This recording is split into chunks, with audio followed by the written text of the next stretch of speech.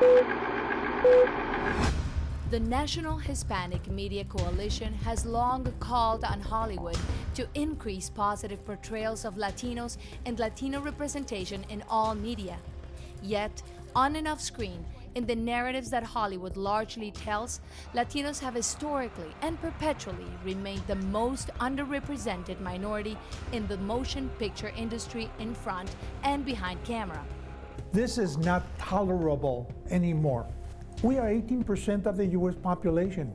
We're $1.5 trillion consumer power. Can't be denied. 24% of all the tickets sold at the ticket booth in the theaters. That's power. We're here to stay, and that we're going to demand better from the studios. According to a recent study, only 3.1% of speaking roles were Latino in the top-grossing 100 films in 2016, and the numbers for writers, directors, and producers were just as dismal. In its quest to increase Latino representation in the full range of movie making, the NHMC's Action Network, a committee of writers, producers, directors, and actors, held a press conference a month ago announcing it would unleash a year of nationwide protests against the film executives for the exclusion of Latinos both in front and back of camera. So it's one of those where enough is enough. We're not going to stand for it anymore. While the recent Oscar nominations broke barriers for African Americans and LGBT actors and recognized a Latino animated story, American Latino actors were completely shut off of all major acting categories. Good morning. It's an honor for us to be here for the announcement of the nominees of the 90th Oscars. In 19 years of Oscar history, American Latinos have won only 6 Oscars. It has been 6 years since an American Latino actor has been nominated and 17 years since one has won an Oscar. With those kinds of numbers and not to be included, it's a travesty. It's a real travesty that smacks of racism.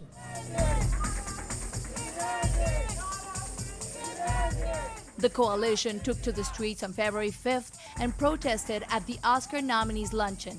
It wasn't the Academy Coalition was targeting, but the studio executives in attendance who have the power to hire Latino talent.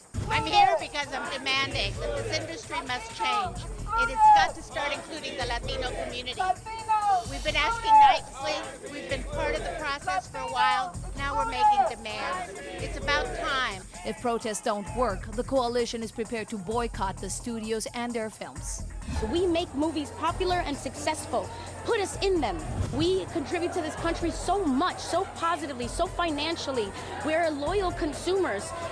It is only with integrity that you would cater to such a group that has made you so wealthy. In the summer of 2018, at a press conference, the coalition took their protests one step farther and called for a boycott of the film studio with the worst record of Latino exclusion, Paramount Pictures. That kind of underrepresentation made it possible for a long-shot vanity candidate for president in 2015 to launch an ongoing campaign of demonization of Mexican and other Latino immigrants, of ongoing racist epithets, of ongoing racist actions. Paramount Pictures and the rest of the industry are complicit in the civil rights violations being committed by the Trump administration.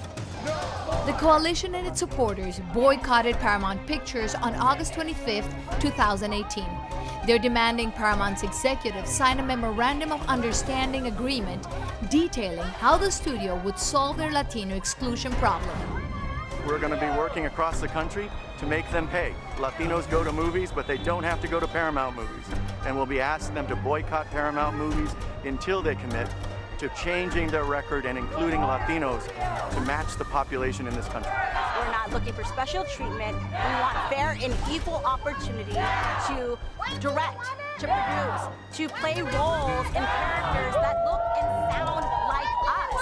And most importantly, to be at the executive level, being able to make decisions. We are seeing change in the industry and we're thankful for it, but where is the Afro-Latino stories? But if there are gatekeepers that are keeping the doors closed from allowing us to do such a thing, then that's why we need to be here, because our voices matter, our stories matter, and they need to be told. No Latinos, no tickets.